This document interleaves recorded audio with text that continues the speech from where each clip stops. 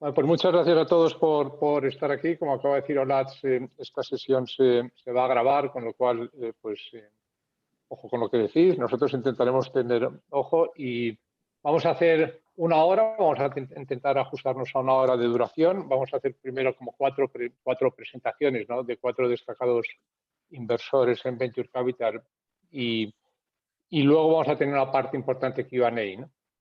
Entonces, está con nosotros Gonzalo Tradacete, que es del IES y CFA. Está Samuel Gil, también del IES y CFA y también partner de JME.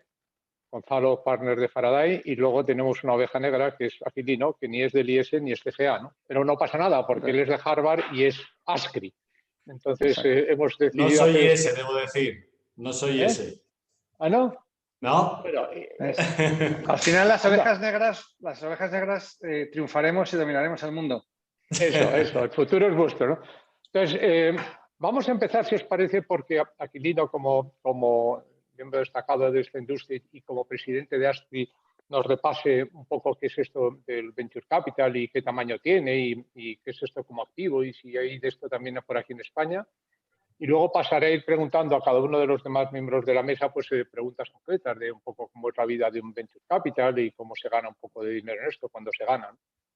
O sea que, Aquilino, cuéntanos un poco qué es esto del Venture Capital y en qué cifras estamos y si en España también tenemos de esto. Bueno, pues oye, muchísimas gracias, Luis y Alejandro, por invitarme, a pesar de mi dudosa ascendencia. Gracias por tenerme aquí. Y yo a toda la audiencia, un poco me gustaría contaros, pues justo lo que ha dicho Luis, dónde estamos en Venture Capital, es como asset class, crece, no crece, y para ello pues os voy a poner un montón de datos que lo bueno que tienen es que son muy fáciles de entender porque van todos para arriba y para la derecha, ¿no? Con lo cual, el primer dato quizás es un poco más contraintuitivo porque el Venture Capital típicamente hemos sido un poco los hermanos pobres como asset class de esos locos con los viejos cacharros o esos innovadores que hacen probetas de laboratorio. Y sin embargo, aquí veis que debido al crecimiento que hemos tenido, y esto es este es un gráfico de Bain Capital, no de Bain, perdón, no de Bain Capital, de Bain, donde se ven los diferentes fondos en cada asset class, o sea, no es de assets, sino de fondos dedicados a invertir en cada asset class, y veis como el venture es incluso más grande ya que los fondos dedicados a real estate, lo cual, bueno, pues es una sorpresa donde esto ya no es un tema pequeño, sino es un tema bastante más relevante. Si lo vemos por regiones, en Estados Unidos, pues como veis también va hacia arriba, hacia la derecha, con un incremento tanto en los fondos invertidos, que son las columnas, como el número de empresas en las que se invierte. Por poner, vamos a hacer pues no sé, desde el 2013 hasta ahora se ha multiplicado 3 veces. En Europa, que es la siguiente, Luis, por favor, en Europa, que es la siguiente, pues ha crecido todavía más que en Estados Unidos y aquí estamos hablando de una industria que el año pasado invirtió 43 billones de euros versus 156 billones en Estados Unidos, con un crecimiento desde 2013, que es cuando empieza el ramp-up, de más o menos 4 veces. Y también llamar la atención que el número de compañías invertidas en Europa es en torno a un 25% inferior al de Estados Unidos. Pero si lo miramos al 2013, pues ese gap es muchísimo más grande, ¿no? O sea que hay muchas cosas pasando en Europa. ¿Y por qué sube esto? ¿Por qué hay un interés tan grande en Venture Capital? Pues, y aquí vosotros sabréis mucho más que yo. En la parte de la izquierda podemos ver el reparto de valor entre inversores privados e inversores públicos. Os pongo un ejemplo. Amazon, que es una compañía que hace 2 días valía 1.700 billones, hoy está haciendo récord histórico y vale 1.780 billion, ¿no? Con lo cual ha subido 80 billion en un par de días. Esa compañía salió a bolsa con un valor de 560 millones. Es decir, los VC, Sequoia y resto de inversores iniciales, pues llegaron a 560 y a partir de ahí el valor ha sido creado de forma pública. Lo mismo tenéis con compañías tan prominentes como Microsoft o como Cisco. En lo que estamos viendo, y quizás estos pues, son buenos ejemplos, pero no los mejores, ¿no? Tenemos ahora más recientes, como pueden ser Uber o Airbnb, donde Airbnb sale a bolsa por 60 billion y Uber en esa línea, y son compañías que ahora valen 100 billion, 70 billion. O aquí tenéis LinkedIn, ¿no? Sale a 7 billion y acaba siendo adquirida por Microsoft en 26 billion, ¿no? Con lo cual hay un porcentaje muy alto o mucho más alto del valor creado en los mercados privados. Y todo esto está muy bien en los grandes mercados, pero en España la realidad es que también estamos teniendo un crecimiento más o menos desde el 2013 de cuatro veces. Estamos prácticamente en el billón, aunque solo en los primeros 3 meses de este año, bueno, incluyendo el 1 de abril, que se anunció una ronda de 450 millones. O sea, esto es como los presos, 3 meses y un día del primer año.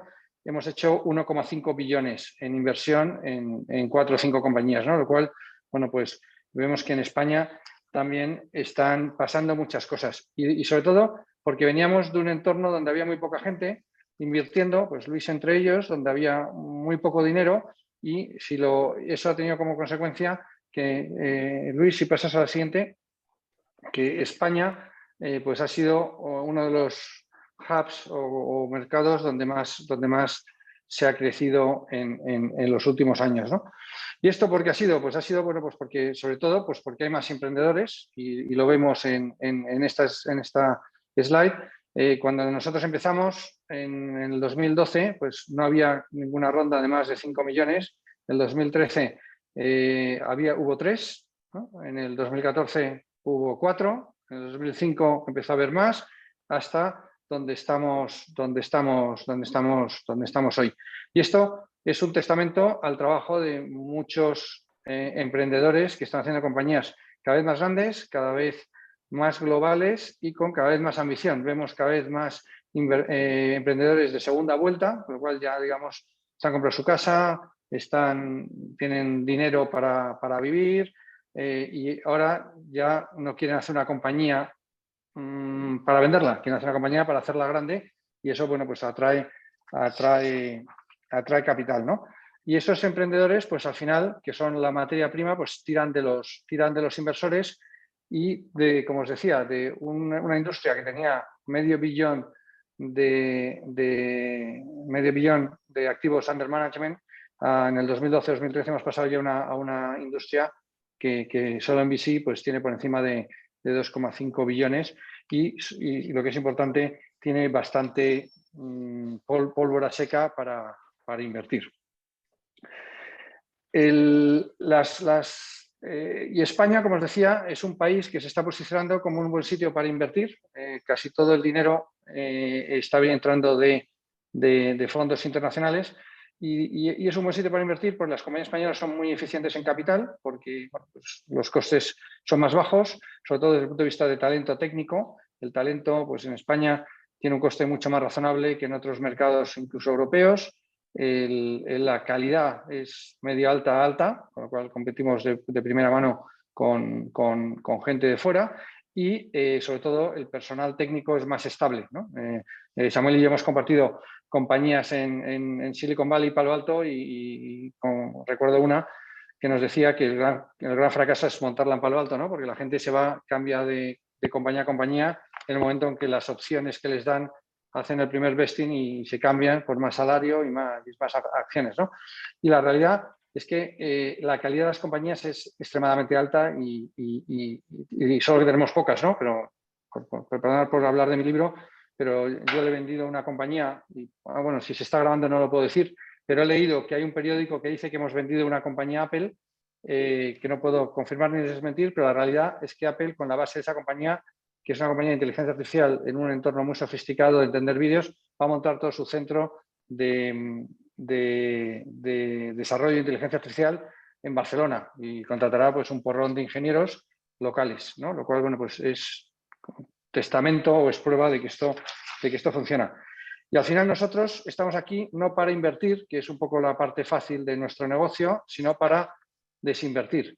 Y las desinversiones, pues era una palabra que hace muchos años yo recuerdo que siempre teníamos miedo de que nos preguntaran, ¿no? ¿Y cuántas salidas habéis hecho? Pues pocas, ¿no? Y ahí tenéis algunas, ¿no? Pues que son muy pequeñitas y en tamaño, algunas pues Bybit, 20, pero estamos hablando de compañías pequeñas en su tamaño.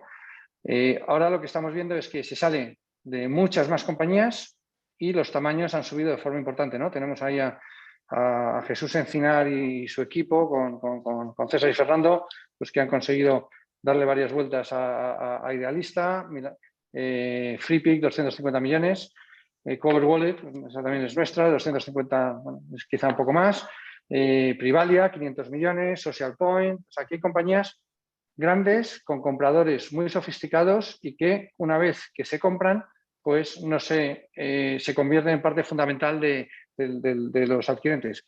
Y Luis, si pasas a la siguiente slide, aquí veis un poco, simplemente cada punto es un exit.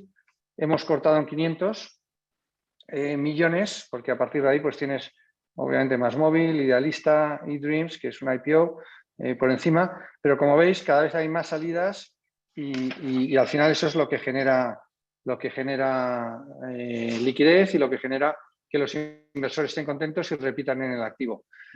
Y para terminar, pues un poco por qué, cuál es el sales pitch o cómo se vende este activo a gente como vosotros, sofisticada y que conoce o que tienes capaz de invertir en un montón de activos que dan retornos. En primer lugar, por el nivel de rentabilidades, con rentabilidades históricas muy superiores al de otros activos, y luego hablaremos de eso, pero también por el perfil de riesgo diferencial, ¿no? Siempre hay que mirar la rentabilidad, pero también el riesgo, y ahí, bueno, pues el perfil de riesgo tiene elementos atractivos en el sentido que está descorrelacionado, que tiene mucha menos volatilidad que el resto de activos y a partir de 15, 20 compañías pues alcanzas una elevada diversificación y por tanto pues puedes llegar a valores a riesgo pues cercanos a cero. Y además de la rentabilidad y del riesgo, pues como inversores cada vez más miramos el impacto y obviamente pues a día de hoy pues el capital riesgo, tanto el venture capital como el private equity pues, está tirando de muchas de las compañías, ¿no? Y lo hemos visto durante este último año como pues, las compañías que tienen VC money o que tienen private equity money han durado más, han tenido muchas menos quiebras y en muchos casos han crecido mucho durante este año, ¿no? Que no lo decimos, pero ha sido un año histórico en crecimiento de compañías, de ventas, de rentabilidad y de inversión. Así que, pues, esto es lo que yo os puedo contar. Volveremos sobre este tema de las rentabilidades. Para que invertáis mucho en esto. Pues volveremos sobre este tema de las rentabilidades, por eso de hecho les he pedido a todos los ponentes que vayan muy rápido, ¿no? Y muchas gracias, Aquilino, por haber hecho un repaso de tantos años y tantas cifras en tan poco tiempo, ¿no? Y esto lo vamos a dejar un poco para el final, el tema de las rentabilidades, porque es un tema importante, ¿no? Pero todos estos dineros, todos estos billones que has comentado, Aquilino, ¿esto quién lo pone? O sea, ¿este dinero de dónde viene, ¿no? ¿Quiénes son los que al final ponen dinero en este activo, ¿no? Pues aquí tenemos que distinguir si miramos el mundo en general o si miramos España. España no deja de ser un país emergente en este asset class y eso se ve en la madurez del sector, se ve en la estructura de inversores, ¿no? Igual que en el e-commerce, cuando ves que hay mucho viaje y hay tickets muy altos, pero hay mucho viaje, es que es un país o un mercado de e-commerce pues, poco desarrollado, pues aquí pasa lo mismo. Y los viajes del e-commerce son en realidad los fondos públicos. En Estados Unidos, en Israel o en los países nórdicos, el principal impulso ha venido de fondos públicos, en caso de Israel muy vinculados a defensa, al igual que en Estados Unidos, donde durante los años 70 pues entró un dinero a mansalva del Departamento de Defensa a empresas de venture capital, típicamente de la costa este y de la costa oeste para semiconductores. A día de hoy, en el mundo, los que invierten aquí, los que pagan la fiesta, son inversores institucionales con horizontes de inversión y duraciones de inversión larga, como pueden ser los fondos de pensiones y las compañías aseguradoras. En este gráfico veréis que hay las barritas azules, que es quien paga la fiesta en España, y las barritas amarillas son quien paga la fiesta en el resto de mercados. Veis que la principal diferencia está en los pension funds, y en los insurance companies, donde es mucho más alto el peso de mercados más sofisticados al nuestro. Y en nuestro caso, pues estamos donde estaba Estados Unidos e Israel hace años y hay un componente de Government Agencies, es el principal inversor, aquí lo tenéis, y el segundo es fondo de fondos. Y dentro de fondo de fondos, pues a pesar de que España en Venture Capital está generando una industria muy puntera, ¿no? Tenemos algunos de los bancos, tenemos a Galdana, tenemos a Bankinter haciendo fondos de fondos. La realidad es que el principal fondo de fondos es un fondo de fondo estatal que se llama Fondico, que son 2,5 billones y que financia muchos de los fondos de Venture Capital y en porcentajes variables, entre un 20 y un 45% de los fondos. Y luego en España también hay muchas familias y algunos inversores corporativos apostando por esto. Pero conforme vayamos creciendo, vamos a ver que decrecen los fondos de naturaleza pública, donde también, perdonar que es irrelevante, dentro de los fondos de fondos, el segundo nombre más gordo es el Fondo Europeo de Inversiones, ¿no? El Fondo Europeo de Inversiones, el Fondico y luego otros fondos de fondos mucho más pequeños de naturaleza privada. Y conforme vayamos creciendo, pues los fondos de naturaleza privada público van a salir y lo que esperamos es que los gestores que estamos dando buenos resultados y que estamos dando rentabilidades importantes, pues al final convenzcamos a nuestros inversores de que sigan en la carrera y sigan con nosotros y por tanto vaya cambiando el mix de público a privado. Ahora entonces es cerca del 50% de dineros públicos todavía en España, sí, mientras los mercados más maduros se apoyan en empresas, seguros y fondos de pensiones. O endowments en Estados Unidos, ¿no? Que bueno, es una figura que tenéis aquí, que es de las fundaciones y endowments, es relevante en Estados Unidos. Perfecto, perfecto. Oye, pues nada, vamos a dejar descansar un poco a Quirino, vamos a preguntarle a Gonzalo. Vale, esto es de quién pone el dinero, ¿no? Dinos, Gonzalo, un poco, cuéntanos un poquito quién gestiona ese dinero, o sea, quiénes son qué tipo de fauna hay gestionando este dinero, qué tipo de gente hay por aquí. Fenomenal. Si pasas un momentito a la siguiente slide y la más. Muy bien, muchas gracias. Muchas gracias. De hecho, le debo un poquito a Quirino sobre esta slide. Me he leído las suyas y está inspirado en esto. Nada, y agradeceros a todos, ¿no? A CCA Spain y a los tres ponentes. Es un placer estar aquí con vosotros, la verdad. Bueno, yo lo que quería es hacerlo eminentemente práctico de cómo acceder al activo. La mayoría de estos son, como bien dice Luis, son gestores, pero también hay otra fauna, es interesante, y yo sé que muchos de los asistentes a este encuentro también son business angels, de alguna manera inversores privados. Entonces, aquí hemos hecho una síntesis de la tipología de inversores que hay, ¿vale? En función del volumen de inversión, ¿vale? En el eje Y, ahí cuanto más bajo, pues menos inversión, y la dimensión de tiempo, según va avanzando la fase de avance de la empresa y va requiriendo mayor capital, según va despejando incertidumbres y ganando volumen en sus operaciones. Al principio de todo, lo que suele llamarse semilla de arranque, vamos a vernos las 3 Fs, por sus siglas en inglés, Friends, Family and Fools, ¿vale? Que son pues, la gente más allegada, ex empleadores, el tío Gilito, etcétera, que van a apoyar a ese emprendimiento en sus primeras instancias. Ya entran los business angels, que entiendo que es como comenzaste tú, Luis, y Aquiliño eminentemente, ¿no? Invirtiendo dinero de vuestro propio bolsillo, ¿vale? Pero aportando también algo de conocimiento y contactos sectoriales y maneras de hacer las cosas a esas empresas muy incipientes, ¿no? Y sé que hay muchos business angels también entre CFAs y socios de Faraday. Entran luego las aceleradoras, que desde hace, yo diría, 5 a 7 años casi todas tienen un componente de inversión o quizá minifondo en donde a veces puedes invertir, ¿vale?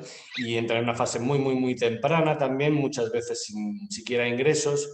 Habréis visto el auge del crowdfunding desde los últimos 5 o 7 años. En España hay varios actores relevantes y permite invertir empresa a empresa también. Suele ser una fase bastante temprana, aunque van ganando envergadura. Luego están los angel funds, digamos, ¿no? Que sería como un business angel un poco sofisticado, que genera una estructura, ¿vale? Como, pues Luis, tú te estimas, tú te autodenominas un angel fund, ¿no? Donde la mayor parte del dinero viene de una persona y puede haber 2 o 3 acompañantes, pero que no están en el día a día de sus inversiones, ¿no? Y se estructura así, pues, por mejores beneficios fiscales y orden. Investment clubs, aquí es difícil definir el término porque cada uno es de una manera. Nosotros en parte somos un club de inversores privados. Algunos operan como pledge fund, que luego definimos muy brevemente, pero otros operan de manera democrática. Básicamente es un grupo de personas interesadas en invertir y que contratan unos gestores o no, a veces se delegan entre ellos la gestión del análisis, de la llevanza de las inversiones y invierten cada uno a su manera. Habían Star DMC, habían estructuras muy interesantes al principio, ¿no? Bien democrática o bien deal by deal, como nosotros y cada uno decide, etcétera. Y hay varias tipologías. Y luego estarían los micro VC funds, que se atreven también, son fondos, digamos, muy pequeños, de a lo mejor 2, 3, 5, inferiores a 10 millones, que se atreven también a invertir incluso antes de los primeros ingresos, etcétera.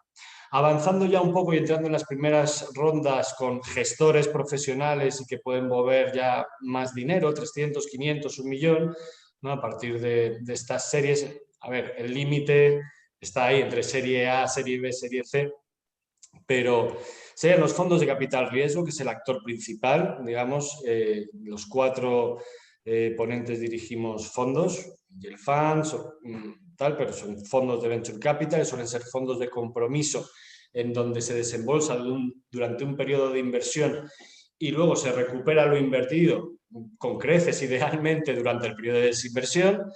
Están los Corporate VC Funds, que sería el actor que con más fuerza ha entrado probablemente en los últimos 2-4 años con varias grandes corporaciones españolas también queriendo adentrarse en el ecosistema de innovación y poder invertir ellos en directo con cosas que puedan ser sinérgicas para sus líneas de negocio, pero por ende tienen menos en cuenta el factor rentabilidad, digamos, que los fondos de Venture Capital, y suelen ser para las corporaciones. Los Angel Funds más grandes también están en estas fases y algunos de los clubs de inversión también, ¿no? O sea, la línea no es el libro, ¿no? Todos podemos entrar en distintas fases. Y luego una fase ya más de crecimiento, de volúmenes más grandes, estarían VCs especializados. Aquí la diferencia es fina con el private equity con orientación tecnológica, ¿no? Digamos, en los importes ya son bastante más altos y corporate VC funds que obviamente pueden desembolsar enormes importes en esta fase, ¿no? Entonces, esto sería, digamos, un poco el libro, pero también ha habido la entrada, yo diría, en los últimos 5 o 7 años, ahora me corregirán o aportarán otra perspectiva, de 4 figuras interesantes. Una sería el de Pledge Fund, que entendido bajo esta slide sería un tipo de investment club o un tipo de VC Fund en donde no estás obligado a ir a todo el fondo, sino que puedes elegir una a una las inversiones de entre la selección, la preselección que te hacen los gestores de ese Pledge Fund. Los fondos de fondos, que también puedes entrar en un fondo de fondos que va a tener varios fondos de VC y en muchas ocasiones mezclarlo con otros activos alternativos de inversión. ¿Vale? El Venture Debt, también un instrumento muy interesante. Entiendo que en España ahora mismo debe haber 3 players, no mucho más, que lo que hacen es prestar a altos tipos de interés un dinero a startups ya de cierto pelaje, no en fase semilla, pero ya con ingresos recurrentes y en un fuerte crecimiento, dejándose un porcentaje de ese préstamo a convertir, digamos, en equity. Cada uno tiene su esquema, ¿vale? Unos convierten, otros lo piden de inmediato, otros cobran en base a los intereses, pero esa es la orientación, altos tipos de interés, pero también una parte del upside en equity de la participada. Y luego los search funds, que quizá pues, Luis sea el más indicado para hablar de esto, que tienen ciertas similitudes a los SPACs, que estamos oyendo hablar últimamente bastante, en el sentido de que son creados para invertir en una única compañía que aún no se conoce cuál va a ser, ¿no? Entonces lo que estás pagando es pues la búsqueda de gestores profesionales y especialistas a la hora de buscar un target que va a permitirte invertir en ese target, adquirir la compañía para venderla más tarde, ¿no? Y estos serían las principales en... Yo he conseguido los 5 minutos, pero... No, pues no, yo creo que ya más o menos tenemos claro, ¿no?, quién pone el dinero y que depende un poco de la madurez y ahora vemos quién lo gestiona, ¿no? Vamos a ir ahora a quién se lo gasta, ¿no? Quién se lo lleva, ¿no? Vamos a volver aquí a estas slide de Aquilino con tantos estos nombres y Samuel, ¿cuántos han muerto antes de llegar aquí? O sea, quiere decir que ¿cuántos para llegar? ¿cuántos startups nacen para luego que lleguen estos cuantos aquí a la gloria? ¿No? ¿De qué porcentaje de supervivencia estamos hablando? ¿No? ¿Cómo funciona esto? ¿No? ¿Cuántos tienen que morir para tener un éxito? Pues depende un poquito, por supuesto, de la fase en la que inviertas, ¿no? Pero si coges en global un poco todas las rondas mezcladas de la clase de activo, pues más o menos en una fuente que hay bastante importante, con un dataset bastante importante, se ve que el 65% más o menos de las inversiones retornan algo menos o cero o menos del capital invertido, ¿no? O sea, esa es la tasa de fallo más o menos con la que puedes jugar. O sea, que ahora repite esto, Samuel. O sea, quiere decir que 2/3, siendo todos tan listos, ¿no? Y siendo todos CFAs y todos MBAs y todos siendo grandes expertos en el sector, más de 2/3 de las veces nos equivocamos y invertimos, ponemos dinero, a veces cantidades significativas, en empresas que no funcionan o que no van a funcionar. Eso es, o incluso si inviertes en fases muy semilla, puede ser una tasa superior, ¿no? Pero explícanos cómo es posible ganar dinero confundiéndote más de la mitad de las veces. O sea, ¿cómo son los economics de un fondo para que esto salga, ¿no? Pues es muy sencillo, ¿no? Al final nuestro asset class está totalmente dominado, ¿no? por incluir en nuestros portfolios outliers, ¿no? Por hacer unos números muy sencillos, si de cada 10 inversiones fallas en 9, ¿no? Pues la décima te tiene que retornar 12 veces el capital invertido para hacer 3 veces el múltiplo sobre el capital invertido, ¿no? Que como veremos en la siguiente slide es un poco el objetivo que nos marcamos. Aquí en esta slide lo que yo os quería comentar es que históricamente, ¿no? al venture capital, al ser una clase de activo y líquida y con mayor riesgo que la bolsa, pues los inversores le demandan una prima, ¿no? que históricamente se ha situado más o menos en 5 puntos porcentuales, ¿no? Entonces, si la bolsa a largo plazo, por dar un número fácil, se le exige un rendimiento de en torno al 10%, pues la rentabilidad que se le debería exigir al venture capital para que tenga sentido como asset class en el portfolio de un LP sería algo parecido a un 15%. Entonces, aquí, como veis en la columna de la izquierda, los retornos de los fondos de venture capital realmente tienen muchísima dispersión, ¿no? Como se podría esperar de la clase de activo. Y solamente los 2 primeros cuartiles de los fondos, el top 50% de los fondos, por así decirlo, consigue una rentabilidad superior al 10%. Sin embargo, ahí, como veis, si consigues estar en los fondos top, pues la rentabilidad es verdaderamente estratosférica, ¿no? Y muy alejada de la que puedes obtener en cualquier otra clase de activo. Estamos hablando de rentabilidades de tires netas para los LPs de entre un 20 y un 40 y tantos %, ¿no? Entonces, si pasas un poco de la siguiente slide, Luis. Básicamente cómo fabricamos, ¿no? ¿Cómo fabricamos esa TIR de un 15%, teniendo en cuenta además que los fondos de Venture Capital son fondos caros, ¿no? Típica crítica, entre comillas, de la gente del sector es que son fondos con comisiones altas. Bueno, pues aquí os he querido traer un ejemplo muy sencillito de un fondo que tiene un compromiso total de 100 millones, del cual con esa estructura típica de 2% de management fee, 20% de carry, ¿cómo se consigue alcanzar ese 15% de TIR? Lo que quiero mostraros aquí básicamente es que se necesita básicamente multiplicar por 3 el capital invertido. Si haces eso y el timing de tus cash flows se asemeja al calendario que yo os he puesto aquí, que es relativamente conservador, veréis que la TIR que os sale de esos cash flows es de un 15%.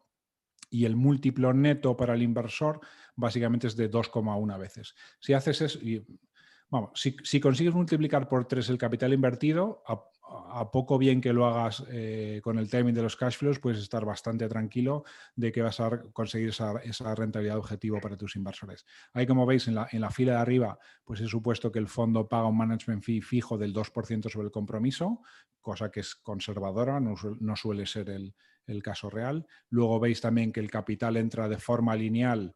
Esos 80 millones que hay disponibles para invertir, pues entran a razón de 16 durante los 5 primeros años, que son el periodo de desinversión del fondo, y luego veis que las desinversiones comienzan a llegar en el año 6, básicamente pues algo de lo que invertiste en el año 1 y sucesivos empiezas a recoger en el año 6, pero las grandes desinversiones, para que sea más punitivo con la TIR, las he empujado hacia los últimos años, ¿no? Entonces ahí veis que las grandes desinversiones ocurren en el año 10, lo mismo que el carried interest, ¿no? para el gestor.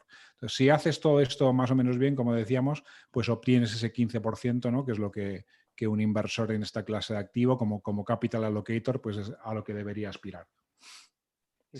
¿Qué quieres hacerlo bien? Porque yo sigo pensando esto, ¿no? Que o sea, si fallas más que una escopeta de feria, ¿cómo puedes conseguir estos retornos? Claro. Entonces, si pasas a la siguiente slide, Luis, ahí ves un poco la cifra que me preguntabas al principio. La distribución de los retornos en Venture Capital es muy diferente de la distribución normal con la que habitualmente se trabaja en los libros de texto, ¿no? Que ni siquiera es la que se produce en la bolsa realmente. En Venture Capital decimos que la distribución de los retornos sigue una ley de potencias o power law.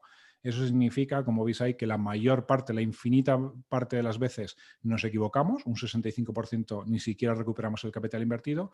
Sin embargo, luego hay raras ocasiones con las cuales acertamos, pero acertamos a lo grande, ¿no? De ahí que digamos en Venture Capital que lo importante no es la frecuencia del acierto, sino la magnitud del acierto, ¿no? Y de ahí que un poco la estrategia de los diferentes gestores es, bueno, hay diferentes estilos de gestión, yo diría, todos ellos válidos y todos acertados y se ejecutan bien. Cada inversor lo que debe hacer es un poco encontrar el estilo que más se amolda a su personalidad.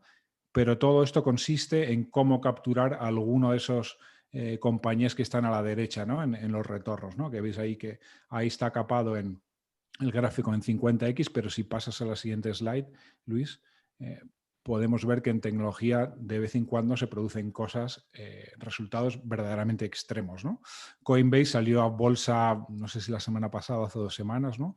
Y ahí veis como este chico, Garry Tan, pues transformó una inversión de $300.000 en $2 billones, ¿no? Multiplicó por 6.000 veces su inversión, ¿no? Lo que equivale a una tasa anual de retorno del 165%. Obviamente esto es un ejemplo seleccionado, ¿no? Pero estas cosas pasan, ¿no? de vez en cuando.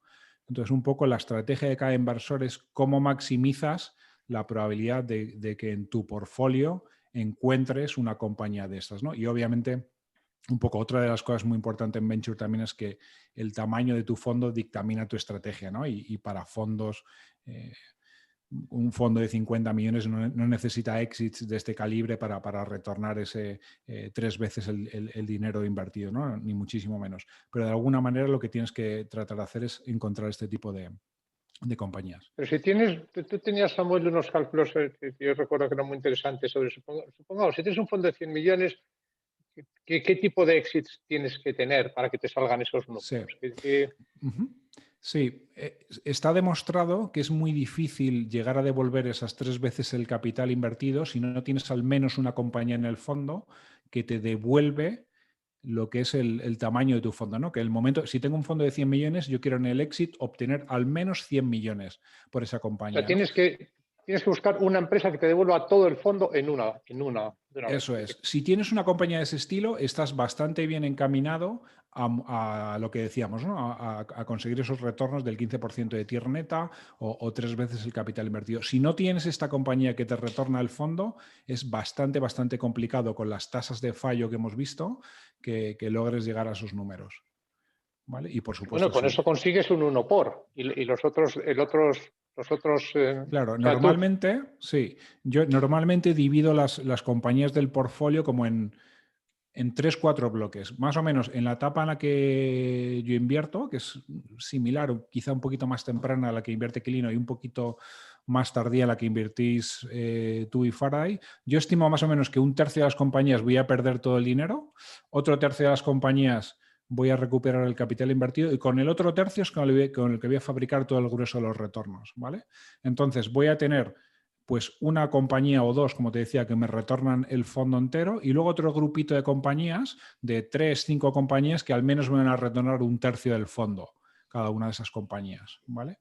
De manera que, pues eso, con 6 compañías que me retornan 1/3 del fondo, pues tendría 2 veces el fondo y con el outlier pues tendría la tercera vez, ¿no? De ahí que es muy importante que todo el mundo en la prensa, ¿no? Todos hablamos de unicornios, pero realmente lo importante en Venture es lo que se llama también un poco, de manera un poco cursi, un poco extravagante, dragones, ¿no? Que son esas compañías, los fund makers, son esas compañías que te retornan al menos una vez el fondo. Eso es nuestro foco, ¿no?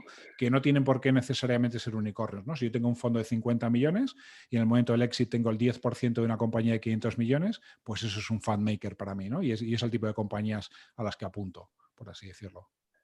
Sí, si me permites, Luis y Samuel, apuntar otro truco del almendruco para hacer retornos en venture, que para mí es muy importante, es que dado que va a haber muchas en las que fallamos y pocas en las que acertamos, el porcentaje de capital tiene que estar invertido de la forma opuesta. Es decir, palmar en las que has invertido poco dinero y hacerlo muy bien en las que has metido un mayor porcentaje de tu capital. Y si eso se produce, los resultados son verdaderamente y matemáticamente pues extremadamente positivos. Y por eso, pues los fondos típicamente dedicamos el 50% a hacer inversiones en una compañía, pero otro 50% para hacer inversiones de seguimiento en las buenas, que son las que conoces, con las que te vas. Y eso tiene un efecto multiplicador sobre todo lo que también ha descrito Samuel, de la estructura de los que fallas, los que sacas 1X, 2X, 10X y 20X, ¿no? O sea que eso te maximiza o te multiplica ese efecto. Y si no haces eso, pues es difícil, la verdad. Sobre todo en un mercado como el español, donde el número de compañías de 1.000 millones o de 2.000 millones, pues tampoco abundan, ¿no? Con lo cual, en mercados menos sofisticados o muy sofisticados como el americano, pues donde puedes encontrar una compañía de 1.000 millones debajo de la alfombra, pues es menos importante. Pero en mercados como el europeo, ese follow-on es muy importante para hacerlo bien. Y si me permitís un breve apunte, precisamente eso es lo que explica de alguna manera lo que comenta Aquilino, esa estructura de fondo que nos hacía ver Samuel, donde hay 5 años donde se va desembolsando, porque al principio vas invirtiendo para ver qué tal, y es en los últimos 2, 3 años donde eres capaz de reconocer, como comenta Aquilino, cuáles son aquellas que me pueden retornar varias veces el fondo o lo que pueda, ¿no? Para meter más dinero en ese. Por eso esos 5 años normalmente de periodo de inversión, ¿no? Fijaos que luego, de hecho, yo os iba a comentar que no es necesariamente, los datos no apuntan necesariamente a eso, ¿no? Y hay estudios bastante importantes de AngelList, por ejemplo, ¿no? Pasa si quieres a la siguiente slide, Luis. Ahí veis un poco, ¿no? Las diferentes. Hay como 2 grandes maneras de hacer VC, ¿no? Una es construir portfolios súper anchos. Aquí han hecho en este ejemplo con 500 compañías, ¿no? Que es lo que se llama la estrategia vulgarmente de spray and pray. Y otro es una estrategia mucho más concentrada, ¿no? Mucho más de lo que decíamos, pues invertir 15, 20 compañías y concentrar mucho más el capital. Claro, si volvemos, y aquí voy a dar dos pinceladas matemáticas, ¿no? El Power Law es una distribución bastante curiosa, y es que si de verdad se produce una Power Law, es una distribución que tiene una media infinita y una varianza infinita. Con lo cual, cuando un portfolio como muestra de esa distribución, ya sabéis que cuanto más grande es la muestra, más se parece la media de la muestra a la media de la población. Entonces, obviamente, si tu población tiene un retorno, o sea, tiene una media infinita, con un portfolio más grande, la media, el retorno medio de tu portfolio se asemeja más a la media de la población, ¿no? Bueno, básicamente, si la distribución de retornos sigue estrictamente un Power Law, cuanto más grande sea tu portfolio, tu retorno medio más se parecerá a esa media de la población, que es infinito, ¿no? Con lo cual, estrictamente matemáticamente, eso es lo que dicen los números. Sin embargo, ahí veis, obviamente, ¿qué ocurre? Que cuando diversificas tantísimo, pues obviamente tus retornos tienen muy poca varianza, ¿no? Obviamente vas a cazar los outliers, pero también te vas a equivocar brutalmente, ¿no? Vas a comer muchas, ¿no? Claro. Entonces, si quieres jugarlo seguro, diversifica muchísimo. Si quieres arriesgar más, ¿no? Y realmente outperform, tienes que hacer un portfolio mucho más concentrado, ¿no? Ahí veis los datos, ¿no? De cómo un portfolio mucho más concentrado, pues obviamente a veces te da un 30%, a veces te da un menos 10%, ¿no? Mientras que cuando juegas al spray and pray, pues básicamente te estás asegurando un 10%. Una salvedad muy importante. Todos estos estudios que se hacen a pasado y en frío no tienen en cuenta una cosa súper importante de nuestra clase de activo y que lo hacen diferente a todas las demás, y es que aquí no solamente los gestores elegimos a las compañías, sino que las compañías eligen a los inversores, ¿no? Entonces, probablemente alguien que sigue una estrategia de spray and pray para el emprendedor es mucho menos atractivo como inversor que alguien que sigue una estrategia mucho más concentrada, ¿no? Con lo cual, realmente la replicabilidad en la realidad de estos resultados, nuestros backtests que se hacen, pues es limitada, ¿no? Y eso ya casi nos lleva luego a la parte final, ¿no? De cómo se juega. antes de pasar a la parte final de esto, vamos a detenernos un poco, vamos a volver a Gonzalo. Y lo que está claro es que al fin y al cabo estás gestionando riesgos, estás gestionando rentabilidad, estás gestionando diversificación, pero este es un activo un poco raro en el que te confundes mucho, tienes outliers y, bueno, entonces, ¿cómo es el proceso de evaluación? Porque yo creo que la mayoría de los CFAs pues tenemos una manera de hacer, que es con el descuento de flujos y todo esto. ¿Cómo evaluáis o cómo se decide una inversión y cómo se valora? Y te voy a pedir que nos lo cuentes en 3 minutos, 4 minutos, pero ¿en qué es distinto esto, tú que eres CFA, de cómo se deciden y cómo se valoran otro tipo de inversiones? Vamos a volver Vale, si puedes subir un poquito, ahí, un poquito más y aquí. una más, ahí. Uy, 2 menos. Vale. Una más para abajo Aquí. y otra más. Ahí, esa. Bueno, yo he intentado, era lo del Day in the Life of a VC, ¿no? Entonces, realmente buscamos outliers.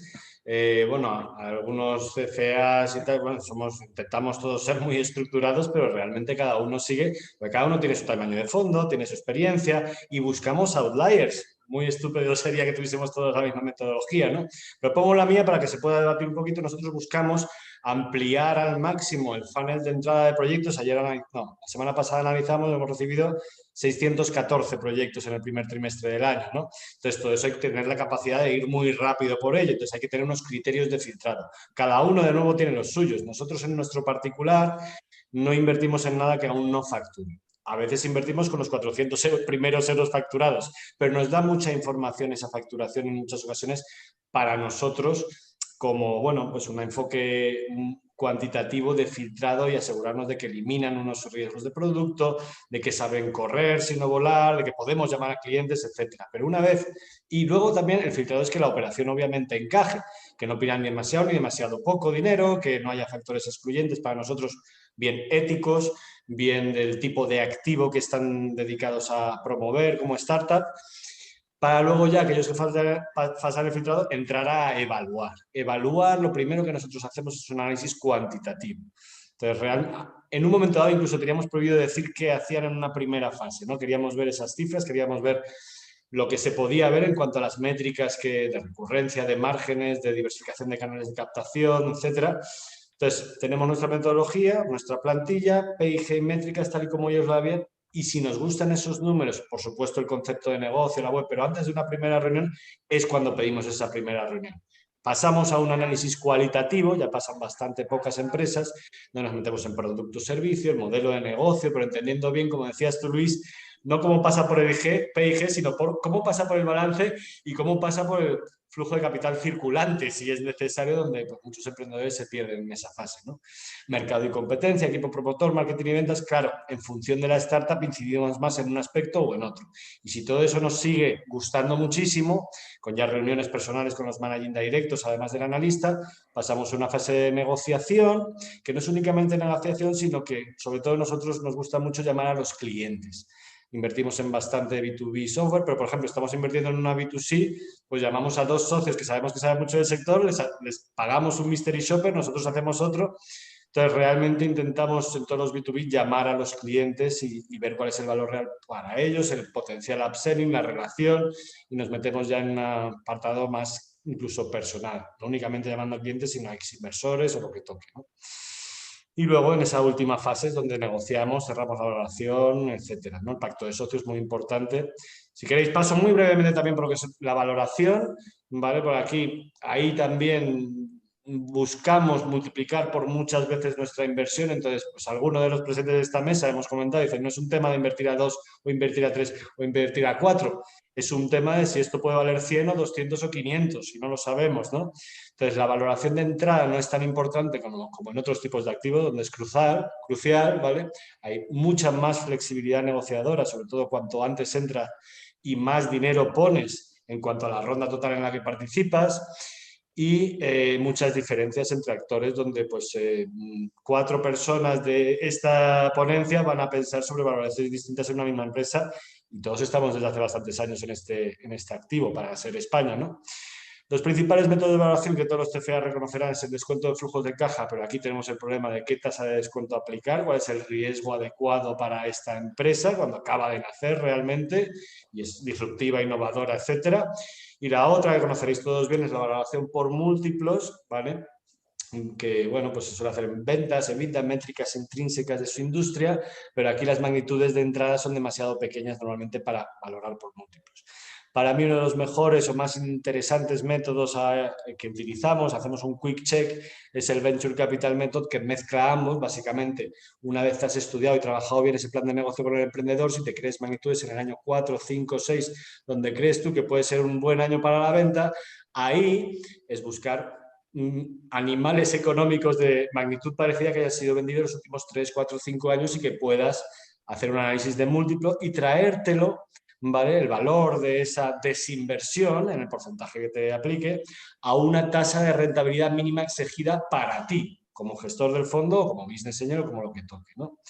Pero después de decir todo esto, que está muy bien, es interesantísimo y hay otros métodos, binomiales, árboles, hay métodos más complicados y en particular para proyectos más binomiales como de biotecnología, etcétera, pues lo suyo es estar en el mercado. Los gestores están en el mercado y saben que este tipo de empresas con este tipo de gestores a este tipo de crecimiento con el modelo de negocio, pues no se hacen las rondas por encima o por debajo de este precio, ¿no? Por mucho que me diga mi análisis teórico del Venture Capital.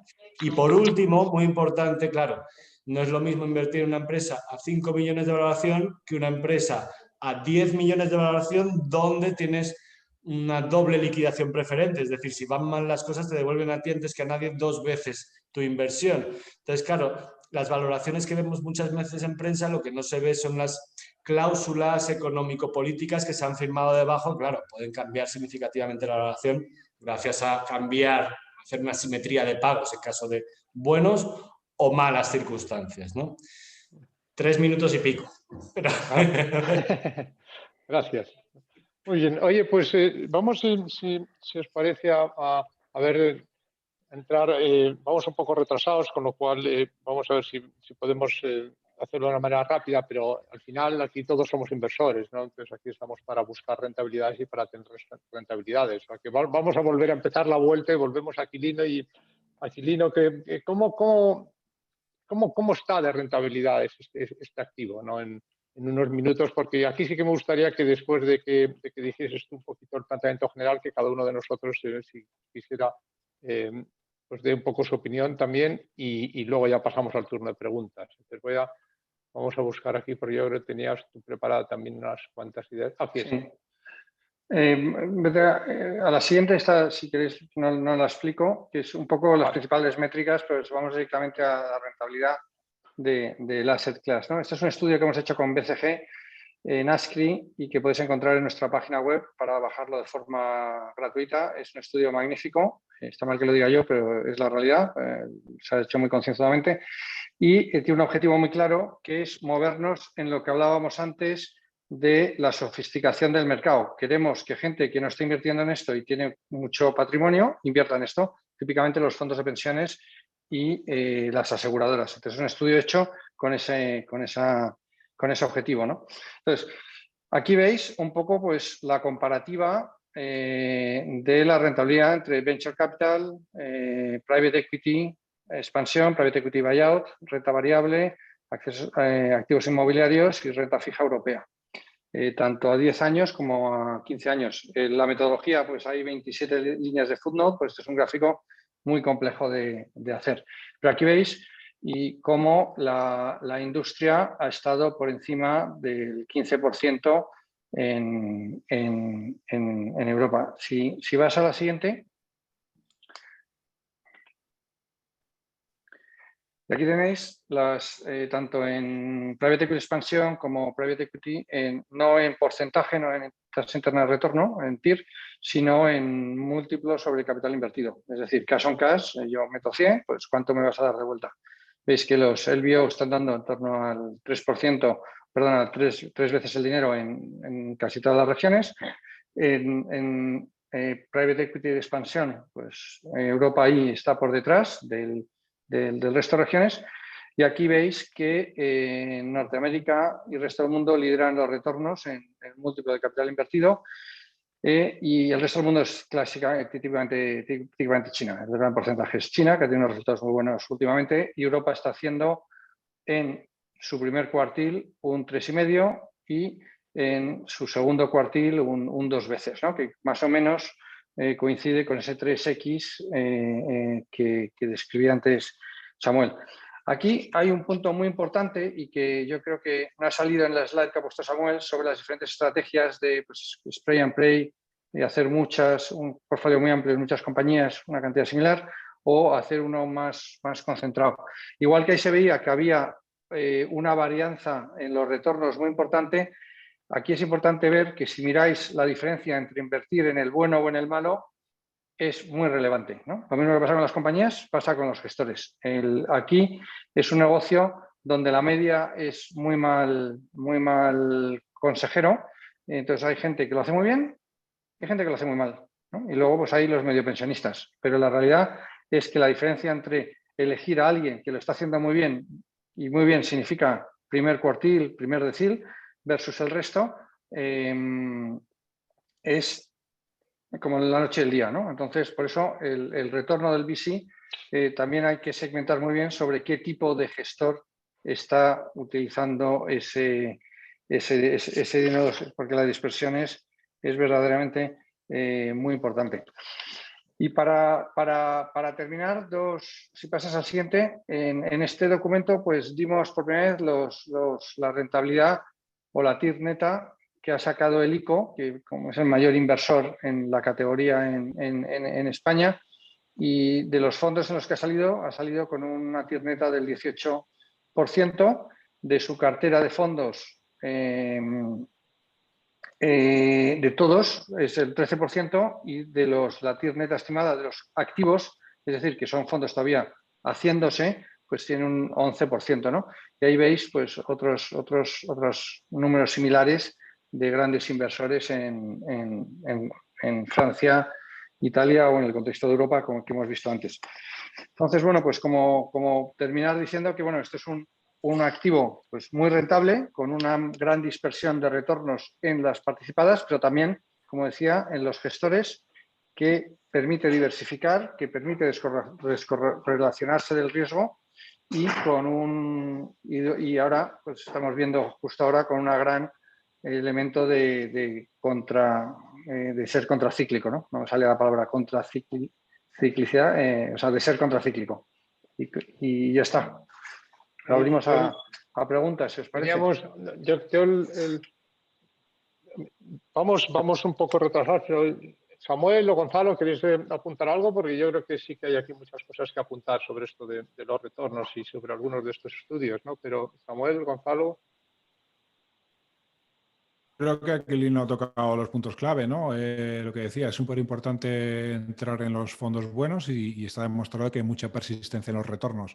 ¿Por qué? Porque el éxito aquí es un poco una profecía autocumplida, ¿no? Los buenos emprendedores quieren ir con los buenos fondos, porque que te invierta un fondo bueno te da mucho signaling, o sea, que te invierta Sequoia te facilita mucho contratar a gente muy buena y que luego te invierta otro fondo muy bueno, de alguna manera. O Kibo o JME, ¿no? Tampoco los de Sequoia ya van bien, ya van servidos. Exactamente, entonces... pero vamos, me alegra mucho, no conocía estos números y ver que a nivel industria, incluso en España, está yendo también los números, pues es gratificante. Gonzalo. No, yo me parece fenomenal lo que ha comentado Aquilino, obviamente, yo creo en casi todos los activos, pero por dar más tiempo a las preguntas que pueda haber también. Yo sí que quería comentar unas cosas. Primero, como sabéis, hay muchísima discusión sobre cómo se miden estas rentabilidades, ¿no? Y usar el TIR es un poco confundente, ¿no? Y os lo dice alguien que tiene una TIR de 800% desde hace 20 y tantos años, ¿no? Porque la TIR, si tienes un éxito en la primera, pues eso se mantiene indefinidamente. O sea, es muy discutible esto de estas rentabilidades en TIR, o por lo menos muy cuestionable, ¿no? Lo que sí que está claro es que hay muchísima dispersión, eso es así, y entre los fondos buenos y los fondos malos. También es muy claro que hay muchísima persistencia y hay muchísimos estudios que demuestran que esa persistencia es mucho mayor en Venture Capital que en Private Equity, quizá por lo que habéis dicho, ¿no? Y hay un fenómeno también que no podemos dejar de obviar, que yo creo que es importantísimo, ¿no? Y que tiene que ver con la slide esta anterior que ha puesto Aquilino, que señala los fondos del 2009, ¿no? Este es un negocio que es como el vino, depende muchísimo de añadas, ¿no? Depende de una manera brutal de añadas. El 2009 es la añada elegida, es una añada histórica, ¿no? El 2009 y 2010 es una añada histórica, con unos retornos que, claro, también nos habla alguien que tiene un fondo del 2009 y del 2010 y cuando te crees único es que has leído poco. Y dices, no, la única ventaja que tiene mi fondo es que es del 2009 y del 2010. En ese año todo el mundo ganaba dinero. Los fondos del 2009 y del 2010 son históricos. ¿Y esto por qué? ¿A qué se debe esto? ¿A qué se debe? O sea, ¿qué distingue una añada buena de una añada mala, ¿no? Pues sobre esto también hay estudios, ¿no? Y el que quiera me mandan un email y se los envío, ¿no? Pero hay una dispersión enorme y depende básicamente de la cantidad de dinero que entra en capital riesgo, ¿no? Hace falta que venga un profesor para decirnos algo tan obvio, ¿no? Entonces hay estudios que demuestran que la diferencia de rentabilidad entre un año en el que ha entrado mucho dinero en el sector versus un año en el que ha entrado poco dinero en el sector es de 10 puntos de rentabilidad y hasta 2 veces de múltiplo en cash, ¿no? Eso quiere decir que, claro, que hay que tener, yo quiero añadir una cierta prudencia, ¿no? Porque cuando leemos todas estas gráficas que suben para arriba y muchísimo dinero entrando en venture, si lo miras de una manera académica o de una manera científica, lo que deberíamos estar leyendo es récord de baja rentabilidad a futuro, ¿no? Aquí estamos haciendo inversiones para salir dentro de 8 años, ¿no? Y, insisto, hay muchísimos estudios que demuestran que cuanto más dinero entra en Venture Capital, la rentabilidad de esa añada es muchísimo peor. El 2009, que es el año elegido, es un año espectacularmente bueno porque entraba poquísimo dinero, ¿no? Entonces, es un activo estupendo, es de lo que comemos todos, pero es un activo al que yo creo que hay que entrar con muchísimo cuidado en la selección del sector, del gestor, y con muchísimo cuidado en la selección del momento en el que se entra, ¿no? No sé si queréis comentar algo sobre esto. Yo discrepo profundamente con lo de la discrepo, selección, sí. ¿no? Sí, yo diría, dos cosas, lo de las, teóricamente el argumento de que más dinero genera inflación de precios y por tanto genera menos rentabilidad de salida, digamos, académicamente está bien. Lo que pasa es que en un entorno en el que hemos ido subiendo de inversión en los últimos 10 años y los retornos han ido incrementando, pues es que esto al final requiere mucho, es muy granular, ¿no? Entonces, depende de la capacidad de los emprendedores a generar empresas grandes y que tengan el capital adecuado para acompañarles en ese crecimiento. Si hacemos agujeros, por mucho capital que le metamos, pues seguiremos haciendo agujeros, ¿no? Entonces, aquí es que realmente es muy granular, ¿no? España produce 3 compañías o 2 compañías al año, en el año bueno 3, superiores a 100 millones. Y ese es nuestro stock. Y la pelea que tenemos, pues todos los que estamos aquí, es entrar ahí con un 20%, ¿no? Para que cuando esa compañía valga dinero y efectivamente valga más de 100 millones, y realmente es una industria que es tremendamente bottom-up y que además cambia mucho, ¿no? Siempre a mí me pregunta mucho, ¿y dónde vais a invertir ahora? Pues yo sé dónde he invertido, pero en el segundo fondo hicimos muchísima movilidad y nunca habíamos invertido en movilidad, pero vimos compañías que expandieron una industria de una forma brutal. Se ha generado mucho valor en movilidad, ¿no? Desde los BlaBlaCar, que no hace muy bien Luis, a los Uber, pasando por los patinetes, Cabify, etcétera, ¿no? Y han sido... Entonces, ahí es realmente muy granular y lo que está claro es que con muy poco capital se están haciendo disrupción de industrias enteras. Y cuando digo muy poco capital es a nivel agregado, ¿no? Si hay gente que está montando bancos por 400 millones de Venture Capital Money, que nos parece una salvajada todos los que estamos aquí, pero ¿cuánto cuesta montar un banco como que pueda tener ahora mismo, pues, no sé, 20 billones en activos, ¿no? Pues eso cuesta billones en el antiguo mundo, ¿no? Entonces, Yo creo que hay que bajar y realmente no podemos abstraernos de que esto es muy granular y que va de encontrar a los emprendedores adecuados. Y es que eso es difícilmente estructurable. Sí, yo súper breve, ¿no? Lo sabremos dentro de 10 años, ¿no? En el sentido de que históricamente en la bolsa de Estados Unidos se veían compañías por valor de 1 billion, ahora parece que decenas de billions es lo habitual y ahí tenéis Coinbase, que es una compañía de 100 billions, ¿no? Entonces, el tamaño de la oportunidad yo creo que es más grande que nunca. Si miramos, por ejemplo, el software, el enterprise software, ¿no? Pues únicamente me parece que un 15%, un 10% del gasto global de las empresas todavía va a compañías cloud, con lo cual queda absolutamente todo por hacer y no digamos en muchísimos otros sectores, ¿no? Entonces, el tamaño de la oportunidad es cada vez mayor. Es indudable, por supuesto, que cuanto más dinero eso produce una inflación en los precios, pero al final cuando tienes compañías de 100 billions, pues es que haber entrado a 10 o a 100 casi es que te es irrelevante, ¿no? Lo importante es realmente estar en las compañías que importan, ¿no? Y ver realmente qué tamaño alcanza, ¿no? Y ahí hemos visto como consistentemente en el caso de España, pues cada vez somos capaces de producir exits mayores y yo creo, ¿no? Pues Aquilino y yo compartimos compañías de nuestros respectivos fondos 1, ¿no? Que a mí cuando hablaba con el PIS y les tenía que contar que para que mi modelo económico funcionase necesitaba exits de más de 500 millones, pues me ponía rojo, ¿no? Pero cuando ya lo has visto suceder un par, o 2 o 3 veces, ¿no? Pues el síndrome este del impostor se te va curando, ¿no? Y vamos a ver, yo creo de manera relativamente frecuente o consistente en España salir pues muchas compañías ya no de 100, sino como decíamos de 300, de 500 o de más millones, ¿no? A futuro.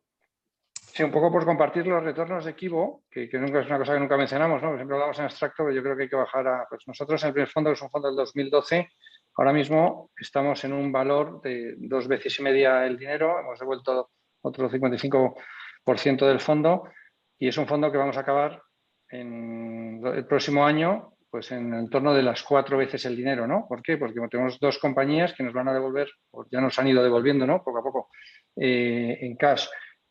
Una vez o más de una vez el fondo, con retornos de decenas de veces cada una, y luego tenemos muchas compañías que nos devolverán otra vez el fondo y luego una cola de compañías. Y es una añada mala, ¿no? El 2012 es una añada mala porque de las 35 compañías que invertimos, 13 se nos han ido al garete.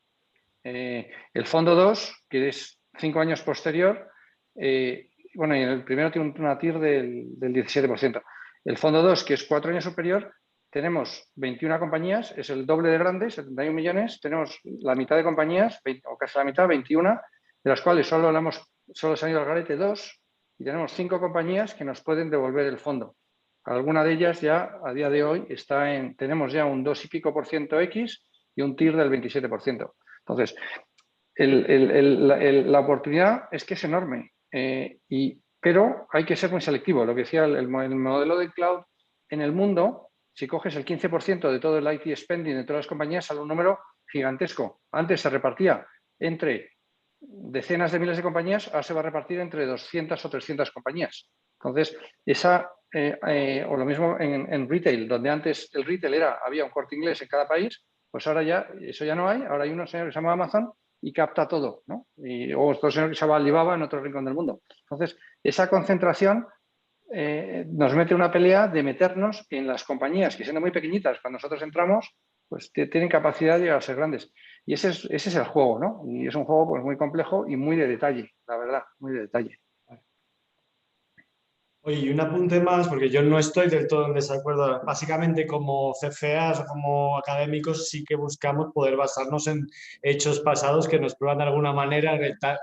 Si entra menos dinero, pues a priori hay menos competencia, ¿no? Entre inversores, mejores precios. Sí, posiblemente sea un factor, ¿no? Entonces, 2 temas para mí. Uno, muy importante, es que la mayoría de los VCs invertimos en temas disruptivos, innovadores, etcétera. Y otro factor igual, o quizá más relevante, sean los grandes cambios de tendencia o grandes catalizadores, ¿no? De tecnología, ya sea el Internet, los móviles 4G, 5G, o una pandemia, o lo que toque, ¿no? Que también son grandes catalizadores de buenas añadas, ¿no?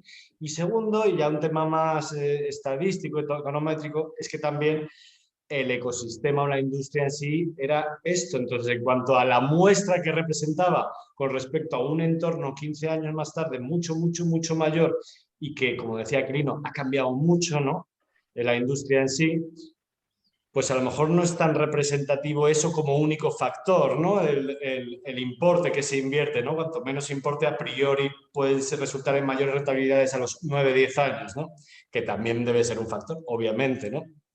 Eso no es factor. Vamos, había prometido que no íbamos a pasarnos de la hora. Ya nos hemos pasado 10 minutos, o sea que lo prometido no ha sido cumplido. Disculpar a todos. Y también había prometido que habría preguntas y respuestas a todo lo que queráis preguntar. Entonces, si mis compañeros ponentes están dispuestos, pues hacemos lo siguiente, y es que damos por cerrada aquí la presentación. Si estuviésemos en un auditorio, pediría que 2 o 3 se levantasen para que nadie se quede obligado por la vergüenza. No es el primero en levantarse, pero aquí es facilísimo. El que quiera que se vaya. Pero si alguien quiere hacer preguntas, pues nos podemos quedar, si queréis, 10 o 12 minutos o nos quedamos un poco más para responder preguntas ya del público. ¿Os parece, Aquilino, Samuel, Gonzalo? Por mí encantado. Sí. Venga, pues nada, pues entonces la presentación oficial se ha terminado, pero si alguien quiere hacer alguna pregunta, pues aquí tenemos a 3 destacados, hasta 4 destacados inversores en capital riesgo, para que preguntéis lo que queráis, ¿no? Yo creo que lo más cómodo y lo que funciona mejor es que os desmuteéis y lancéis una pregunta. Y si hay 2 a la vez, pues entonces, que rara vez pasa, y sobre todo en la primera casi nunca pasa, pues ya vemos cómo lo ordenamos, ¿no?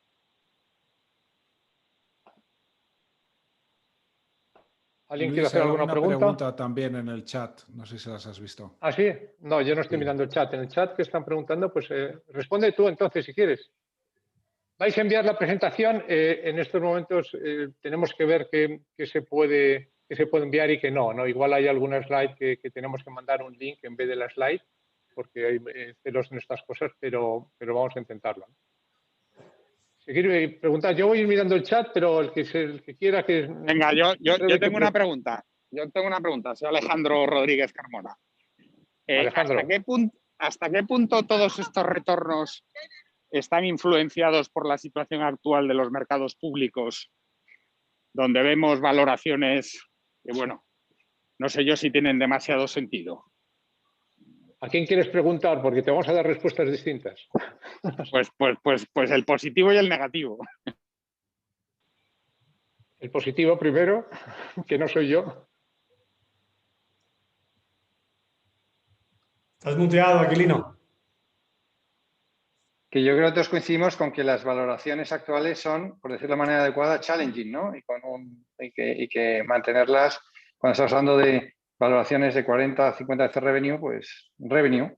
Entonces eso sin duda afecta para atrás en nuestro mercado, porque vamos aguas abajo, pero debido a los puntos de entrada que tenemos en nuestras compañías, pues estamos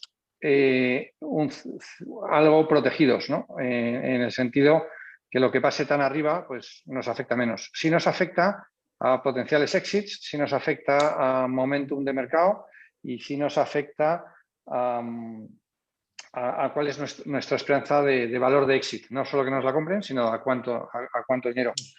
Pero bueno, yo ahí soy, con respecto a nuestro activo, si entramos tan abajo, pues al final una compañía buena en 5 años pues es bastante ajena a lo que pase. Y nosotros invertimos a largo plazo, es decir, nosotros estamos invirtiendo en compañías cloud hoy a 10, 15 millones de valuation.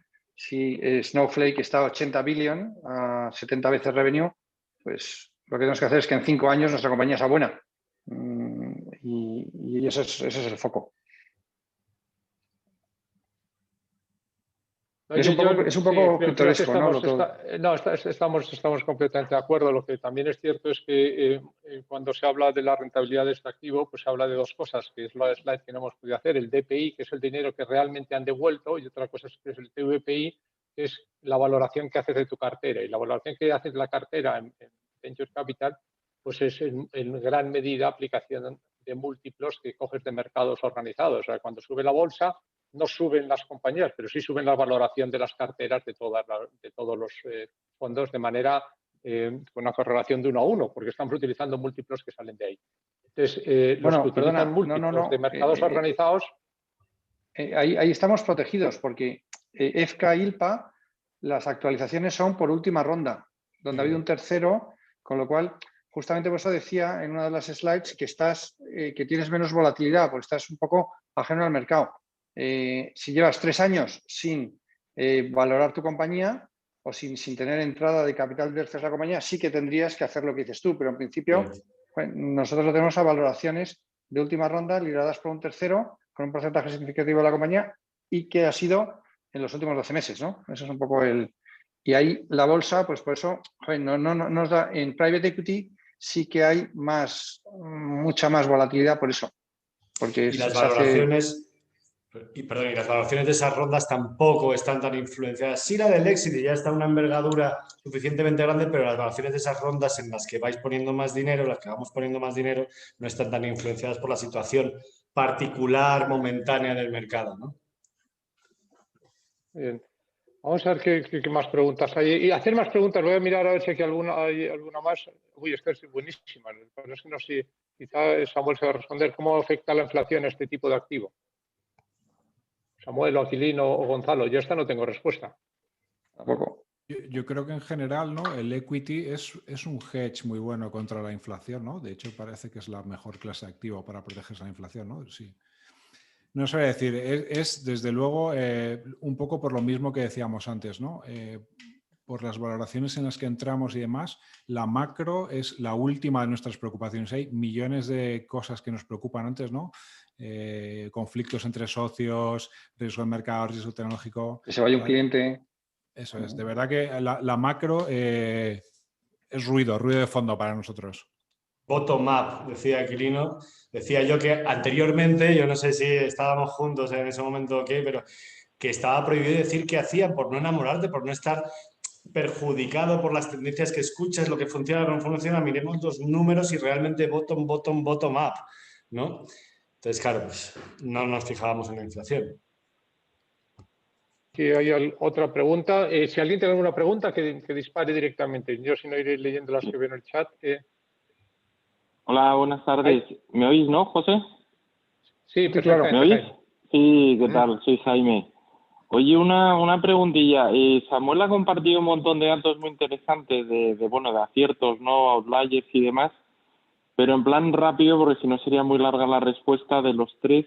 Y ratio de acierto, y si los últimos 10-15 años, por su experiencia, ese ratio de acierto ha mejorado, y en plan rápido, ¿por qué ha sido? O sea, ¿qué enseñanza de estos 15 años pueden compartir con nosotros? Pues yo, como Comienzo soy el yo, más si mayor, quieres. pues te lo digo. Yo no he aprendido nada. Yo tengo un ratio de mortandad del 80%. En las primeras 10 me fallaron 8 y en las próximas 10 me van a fallar otras 8. No he aprendido Está nada en 25 estable. años. No, la estadística tiene que ver un poquito con lo que decía antes, ¿no? Que es único es que has leído poco, ¿no? La estadística es esa, quizá pues algunos entramos en etapas iniciales, tenemos más mortandad, pero al final la estadística se cumple y sobre todo creo que como inversor tienes que jugar con la estadística a tu favor. Pues yo cuento con que el 80% van a salir mal. Vale. Pero aún así, este es un activo bueno, pues que en el año bueno, con el gestor bueno, ¿no? Y con un poco de suerte, pues produce rentabilidades inconfesables. Total, y por apuntar ahí lo que dice Luis, ni siquiera debería ser un objetivo, ¿no? Yo en nuestro caso más o menos se mantiene lo que os he comentado de los 3/3 y creo que, y aquí permitidme que juega a favor nuestro, ¿no? Esto es una clase de activo muy particular y es el motivo por el cual normalmente a los corporate VCs, family offices, etcétera, cuando invierten en directo no saben las cosas. Un venture capital no es una empresa que tiene una estructura tanto de incentivos económicos como de toma de decisiones totalmente optimizada para jugar en esto que es muy, muy, muy contraintuitivo, por lo que decíamos, ¿no? O sea, tú en una empresa le dices que vas a hacer 10 inversiones y 8 se te van a morir, es muy probable que te miren bastante mal, ¿no? Entonces, de ahí que realmente sea bastante importante invertir en gestores profesionales. Aquilino. Bueno, yo no nada que añadir a lo que han dicho, comparto lo que han dicho Luis y Samuel. Vale, yo por mi lado, Jaime, bueno, veo varios socios de Faraday por aquí. Hemos tenido, como sabes, 5 exits, una tira hasta la fecha, 3 de ellos el año pasado, de superior al 17,4% a día de hoy. Estamos esperando algún earnout más. Hemos tenido 5 quiebras, una empresa en la que perdimos la mitad del dinero, y de lo que queda de las 36 empresas que tenemos en cartera, comenzamos a invertir en 2012, claro. Entonces, no sabemos si los últimos 3-4 años hemos aprendido más con respecto a los 3-4 primeros, porque eso se verá, como decíamos, ¿no? Invertimos a largo plazo, se verá si seguimos teniendo éxito en los próximos 5 o 10 años, ¿no? Lo que creo que sí que hemos aprendido es a ayudar mejor a los emprendedores, ¿no? Que invertimos, ¿no? Utilizándoos a vosotros en muchas ocasiones, como sabes, Jaime, y bueno, y teniendo más recursos y intentando también, bueno, ser chicos guapos en la fiesta, ¿no? Que también quieran venir con nosotros, las mejores de las participadas. Y lo que más apalancamos, como sabéis, son los contactos de los 260 socios que tenemos a día de hoy para abrir puertas comerciales para las participadas, ¿no? Y vamos aprendiendo a hacer esto cada vez mejor. Seguirán quebrando una mayoría probablemente de las empresas, a ver, o no quebrando, pero no retornando el dinero invertido. Pero a día de hoy estamos contentos con los retornos y aspiramos a superar y seguir mejorando, ¿no? Y ya no solamente en base a elegir mejor, porque realmente es muy difícil, ¿no? Desde luego las primeras entradas, sino a tener una mejor matemática de la allocation. Nosotros también tenemos el fondo, hemos comenzado a invertir hace 3 meses, y luego sabiendo identificar antes los problemas y ayudarles mejor a vender lo que decía aquí. Nos ha caído un cliente y dices, no, es que representaba el 60% de las ventas, ¿no? Entonces, ayudarles en esos momentos, porque entramos en una fase muchas veces duras en ese sentido, ¿no? Que con 3.000, 5.000 euros de ventas al mes, tu 7º, 8º mes de ventas, pues oye, pues eso es lo que intentamos mejorar de nuestra estrategia. Una pregunta de André. Todos sabemos que el perfil de los emprendedores y sus equipos es uno de los elementos claves del éxito de las startups. Desde vuestra experiencia, ¿hasta qué punto el seniority de los emprendedores, su experiencia profesional previa al emprendimiento, está presente en los emprendedores de éxito? ¿Quién se atreve el primero con esto? Bueno, ahí voy yo, venga. Pues mira, aquí voy a hacer un quote de mi amigo Luis, ¿no? Que yo creo que los inversores, hay algunos que apostamos por el coche y otros por el piloto, ¿no? Unos por el equipo y otros por modelos de negocio que han funcionado o que tienen sentido. Yo creo que en este negocio hay que ser muy de piloto, muy de piloto, porque la curva no es una línea que va para arriba permanentemente, sino que es más bien una curva que va muy para abajo, para arriba, muy para abajo otra vez, y hay mucha incertidumbre. Con respecto a la experiencia, pues yo es que aquí tengo todo tipo de ejemplos, ¿no? De gente que no tenía ni idea de algo y ha acabado montando una mega compañía porque venía con la cabeza limpia y no ha hecho como se venía haciendo en la industria hasta ahora, y al revés, ¿no? Lo que sí está claro es que los emprendedores que siempre pensamos en jovencitos en zapatillas, pues no son tales, ¿no? En nuestro portfolio, la edad media al iniciar su emprendimiento puede estar en torno a los 40, ¿eh? Y es gente que conoce una industria y, bueno, pues... pero otra vez aquí, es que generalizar me es difícil, ¿no? La media no me gusta, pero cuanta más experiencia, mejor, ¿no? Total, antes hemos visto un poco, o sea, a mí cuando me preguntan si trabajo en finanzas, yo les digo que no. O sea, nuestro trabajo se parece mucho más a scouts de talento que a analistas financieros, ¿no? Al final, por un lado, soy vendedor de capital a buenos emprendedores, y por otro lado soy psicólogo, ¿no? Y creo que eso describe mucho mejor mi trabajo que ponerme a analizar modelos de business plans, ¿no? En ese sentido. Entonces, el equipo lo es todo. ¿Por qué? Porque todo el resto de cosas va a cambiar, el mercado va a cambiar, el producto va a cambiar, el modelo de negocio va a cambiar. La única constante es tener buenos emprendedores.